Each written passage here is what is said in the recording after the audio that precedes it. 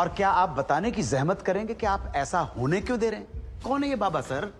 इसका इस केस से क्या रिलेशन है सर? ना कोई एडवांस नोटिस है, ना अग्रिम सूचना है। क्या रेलेवेंस क्या है और आप इसे अलाउ कर रहे हैं? जनाब, इस विटनेस का नोटिस देता ना तो ये विटनेस यहां नहीं होता, किसी मुर्दा घर में गड़ा हुआ होता। इस आदमी को मैं पकड़ के नहीं लाया हूं, पुलिस वाले पकड़ के लाए हैं। और जनाब, इस विटनेस का इस केस के साथ डायरेक्ट कनेक्शन है। इंस्पेक्टर साहब, आपने अरेस्ट किया इसको? जनाब, ये वकील साहब एकदम सही कह रहे हैं। इस पंडित का इस केस से सीधा संबंध है। अगर संबंध नहीं हुआ ना, इंस्पेक्टर साहब, नौकरी खा जाऊंगा मैं आपकी। जानते हो ना ये बात? लेकिन जनाब, मैं बिल्कुल सही कह रहा हूं।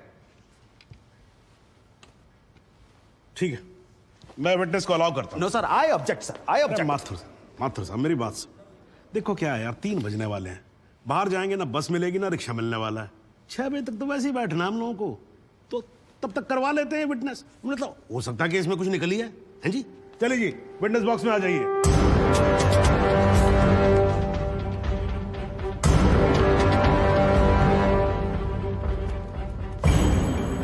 नमस्कार पंडित जी, क्या हाल है आपका? घरेलू कपड़े वपड़े टीका शीका लगा के पूरी तैयारी में आए हैं। फहीम भट्ट साहब खड़े होइए। कोर्ट को बताइए कि इन पंडित जी का नाम क्या है? मोहम्मद इकबाल कादरी। हाँ जी, मोहम्मद इकबाल कादरी। मोहम्मद इकबाल कादरी। इसको कहां से अरेस्ट कर लिया जी आपने? जनाब, मथुरा से 1 साल से वहां छुपा हुआ था साधु का भेष बनाकर। ये तो कमाल हो गया। जज साहब, इंस्पेक्टर महोदय झूठ बोल रहे हैं। हमारा नाम इकबाल कादरी नहीं है, हमारा नाम तो रामकृष्ण सारस्वत है। हम तो निरीह ब्राह्मण हैं, ब्रह्मचारी हैं। हाँ, जम्मू के रहने वाले हैं, उस वजह से भाषा में थोड़ी कश्मीरी झलक है, लेकिन हम वो नहीं है जो बताया जा रहा है। ये देखिए हमारा आधार कार्ड और voter ID card. Om Prakash ji, जरा लेके आओ से, लाओ जरा, फटाफट लेके आओ। जनाब, ये पंडित सरासर झूठ बोल रहा है। इसने पुलिस को खुद स्टेटमेंट दिया है जिसमें इसने खुद कहा कि ये इकबाल कादरी है।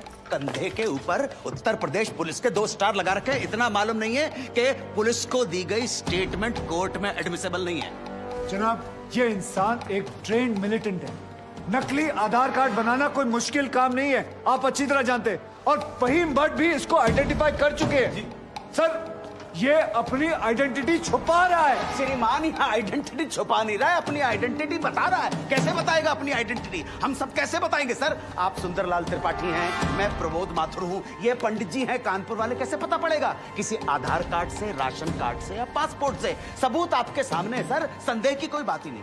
और वैसे बता दूं सर, निवेदन कर रहा हूं, ये जो पंडित जी है ना, ये ऑलरेडी झूठा गवाह पेश कर चुके हैं। बार एसोसिएशन ने इनका लाइसेंस रद्द कर दिया। चंद घंटों के मेहमान है ये वकीलगिरी से सर, इनकी बात को सीरियसली नहीं लिया जाए। माथुर साहब, चंद घंटे तो है ना, लड़ लूं ना तब तक तो लड़ सकता हूं ना। जॉली साहब, ये देखो यार, कोर्ट में लड़ने वड़ने की बात मत करो आप।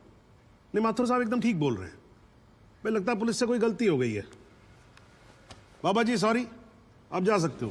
एक मिनट जॉली जी, आप वहीं रुके। एक मिनट सर, मैं आपसे हाथ जोड़ के विनती करता हूँ, मैं इससे कुछ सवालात करना चाहता हूँ। मैं बड़ी मुश्किल से इसको लेके आया हूँ। मैं एक मौका मुझे दे दीजिए। नहीं, आपने क्या कहा था? अभी ऑटो बस कुछ नहीं मिलने वाला। एक मौका। 1 मिनट आप चिल्लाना बंद करोगे जरा? 2 मिनट चुप रहोगे आप? गलती हो, पर 2 मिनट चुप रहो।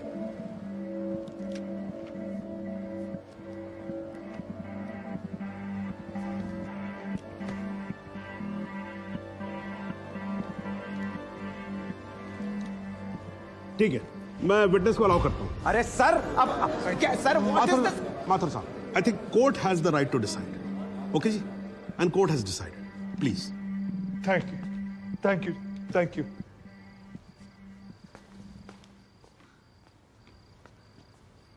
तो आप निरी ब्राह्मण ब्रह्मचारी, तो फिर धर्म का बड़ा ज्ञान होगा आपको। अवश्य है। मैं भी कान्यकुब्ज ब्राह्मण हूं, वो भी जनेऊधारी। तो चलिए 2 ब्राह्मणों के बीच में शास्त्रार्थ हो जाए। पूछिए, क्या पूछना है? चलिए गायत्री मंत्र सुनाइए। ओम भूर्भुवस्वः तत्सवितुर्वरेण्यं भर्गो देवस्य धीमहि धियो यो नः प्रचोदयात्। बहुत बढ़िया, पूरा नाम बताएं। रामकृष्ण प्रेमकृष्ण सारस्वत। धर्म। हिंदू। हिंदू धर्म में कितने वेद हैं? 4। नाम बताएं। ऋग्वेद, सामवेद, यजुर्वेद, अथर्ववेद। 4 युगों के नाम बताएं। सतयुग, द्वापर, त्रेता, कलयुग। वर्ण कितने हैं? 4। ब्राह्मण, क्षत्रिय, वैश्य, शूद्र। आपका वर्ण क्या है? ब्राह्मण। कौन से ब्राह्मण? गौर ब्राह्मण। कौन से गौर? सांदे गौर। गोत्र? शांडिल्य। प्रवार? वशिष्ठ। वेद? यजुर्वेद। उपवेद? बेतरियाणी। मुख? श्रीमुख। कुल देवता? सप्तसुरी। चरण? वाम। बिस्वा? या अल्लाह, इससे आगे भी होता है। क्या कहा आपने? बिस्वा नहीं पता, आपने- नहीं पता, बिस्वा नहीं पता। बिस्वा से पहले क्या कहा? बिस्वा से पहले क्या कहा इकबाल कादरी? लानत है तेरे पे इकबाल कादरी, लानत है। अब तो अल्लाह का नाम भी आ गया जुबान पे। अब तो सच बोल। देख तू कुछ भी कर ले, तू बचेगा नहीं। कब तक जिएगा झूठ की जिंदगी? अस्तगफिरुल्लाह। 91 पोस्ट क़यामत की 2 कुछ बुद्धि खुदाइश। मी आईने माझा सिद्ध किया खुदाचे उच्छान कुछ गुनाहगार सोईकर फैसलन पोज क्या छू पोज ये चुना परवायती करना मिला इंसाफ खुदा करे इंसाफ पन्नीस दरबार बस इंशाल्लाह। इकबाल कादरी, अगर मैं चाहता था तुम्हारा मेडिकल टेस्ट करवा के ये पता कर सकता तुम कितने बड़े पंडित हो, मगर मुझे तुम्हारी जुबान से सुनना था। कोर्ट को बताओ तुम्हारा असली नाम क्या है, बताओ।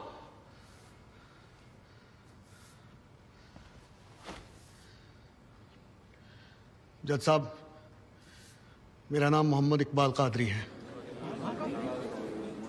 मुझे सिंह साहब ने अरेस्ट किया था। मैं उनकी कस्टडी में था, लेकिन उन्होंने मुझे कोर्ट में पेश नहीं किया। मैं जानता था कि वो मेरा एनकाउंटर करने वाले हैं। एक दिन मौका देकर मैंने उनसे कहा कि अगर वो मुझे जाने देंगे तो मेरे आदमी उन्हें बहुत सारा पैसा देंगे, और उन्होंने मेरी बात मान ली। इसे लेके कहाँ जा रहे हैं? सिंह साहब ने आजाद कर दिया इसे। जा रहा है, आजा। सिंह साहब को कितने पैसे दिए?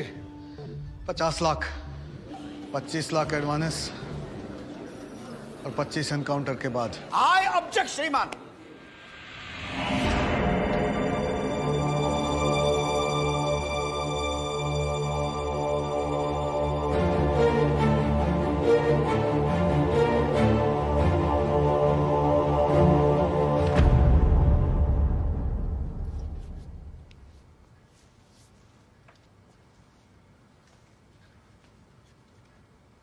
मुझे और कुछ नहीं कहना जनाब, मगर माथुर साहब की एक बात का जवाब जरूर देना चाहूंगा कि हमें सूर्यवीर सिंह चाहिए या फिर इकबाल कादरी। जनाब, हमें दोनों ही नहीं चाहिए। हमें ऐसे कादरी नहीं चाहिए जो बेगुनाह लोगों को मारना जिहाद समझते हैं, लेकिन हमें ऐसे सूर्यवीर सिंह भी नहीं चाहिए जो पैसों के लिए एक मिलिटेंट को छोड़ देते हैं और किसी बेकसूर की जान ले लेते हैं। मैं हिम्मती बहादुर पुलिस वालों को सलाम ठोकता हूं, झुककर सजदा करता हूं, लेकिन जिसके हाथ किसी बेकसूर के खून से रंगे हों उसे मैं वही कहूंगा जो वो है, कातिल। और ऐसे राक्षसों से बच के रहिएगा माथुर साहब। किसी ने 25-30 लाख ज्यादा दे दिए तो क्या पता अगला इत्तेफाक आपके साथ हो जाए।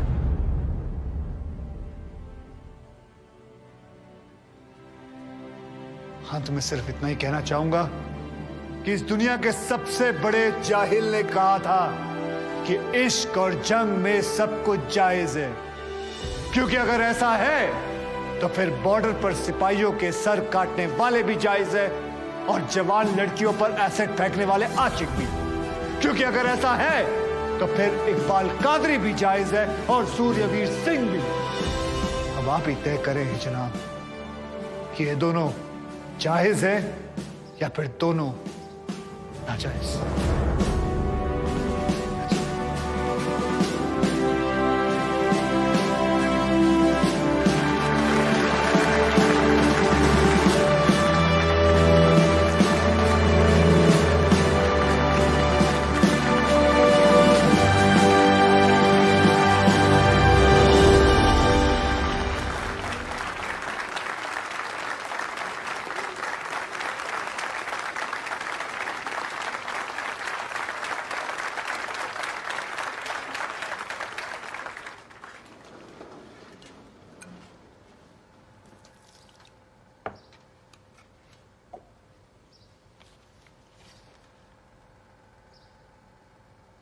सालों में एक बार कभी कोई ऐसा केस आता है जब इस कुर्सी पे बैठने का अफसोस नहीं होता है।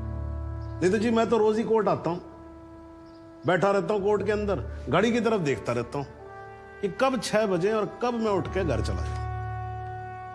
क्या करें जी, न्यायपालिका की हालत ही कुछ ऐसी है। ये देखो जी, ये अंधेरे बदबूदार कमरे जिन्हें कोर्ट कहा जाता है, भाई साहब इसमें हम जैसे जजों का आने का मन नहीं करता। आम जनता की बात तो क्या करें। हाँ जी माथुर साहब, ठीक बोल रहा हूं ना मैं? ये मतलब 3 करोड़ से ज्यादा केसेस पेंडिंग है इस देश के अंदर, और कुल मिलाकर जज कितने? 21,000। यानी देखा जाए तो 1 लाख लोगों पर 1 जज। डेट पे डेट पड़ती रहती है। हाँ जी, लोग आते रहते हैं, हताश होकर घर जाते रहते हैं। लेकिन फिर भी आज भी हिंदुस्तान में जब कहीं 2 लोगों के बीच में झगड़ा होता है ना, कोई विवाद होता है, तो एक दूसरे से क्या कहते हुए पाए जाते हैं? I will see you in court. क्यों करते हैं भाई लोग ऐसा? हाँ जी, क्योंकि आज भी लोग भरोसा करते हैं, न्यायपालिका पे। उनको भरोसा होता है कि अगर सरकार उनकी बात नहीं सुनेगी, प्रशासन उनकी बात नहीं सुनेगा, पुलिस उनकी बात नहीं सुनेगी, तो कोर्ट सुनेगी उनकी बात, सुनेगी और न्याय देगी। भाई साहब, इस कुर्सी पे बैठा मेरे जैसा हर आदमी, उसका यह कर्तव्य बनता है कि वो इस भरोसे को ना टूटने दे। इस कोर्ट में पेश किए गए सभी गवाह और एविडेंसेस, एक बात तो एकदम साफ हो जाती है कि 13 अगस्त को गोमती नदी के पुल पे जो भी हुआ वो अचानक होने वाला एनकाउंटर नहीं था, बल्कि एक सोची समझी साजिश के तहत की जाने वाली हत्या थी। इसलिए यह कोर्ट इंस्पेक्टर सूर्यवीर सिंह और उनके सभी साथियों को आईपीसी सेक्शन 302, 201, 182 और 340 के तहत हत्या, एविडेंस मिटाने, कोर्ट को गुमराह करने और झूठे सबूत पेश करने का दोषी मानते हुए लाइफ इम्प्रिजनमेंट की सजा सुनाती है। और यह कोर्ट शहीद कांस्टेबल बलदेव सिंह भदौरिया के पुत्र राम कुमार भदौरिया को तुरंत रिहा करने का आदेश भी देती है। The court is adjourned.